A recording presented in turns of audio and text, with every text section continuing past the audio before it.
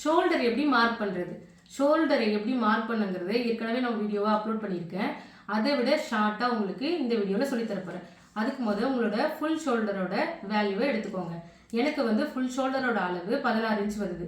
அதில் பாதி 8 இன்ச்சு.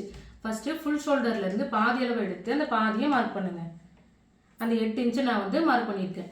அதே மாதிரி உங்களோட நெக் லென்த்து, கழுத்து உயரம் எவ்வளோ எடுக்கிறீங்களோ அதையும் மார்க் பண்ணிக்கோங்க. நான் கழுத்து உயரமும் 8 இன்ச்சு மார்க் பண்ணியிருக்கேன். இப்போது அந்த 8 இன்ச்சிலேருந்து -1 பண்ணுங்கள். -1 ஏன் பண்ணுங்கிறத நான் வீடியோட லாஸ்ட்டில் சொல்கிறேன். -1 பண்ணும்போது எனக்கு 7 இன்ச் வருது.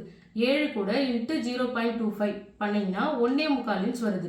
அந்த 1.25 ஆஃப் ஷோல்டர்லேருந்து நான் மைனஸ் பண்ணுறேன். இப்போ 8லேருந்து 1.25 மைனஸ் பண்ணுறேன். மீதி இருக்கிறதா என்னோட ஆஃப் ஷோல்டரோட வேல்யூ 6.25 இன்ச் இருக்குது.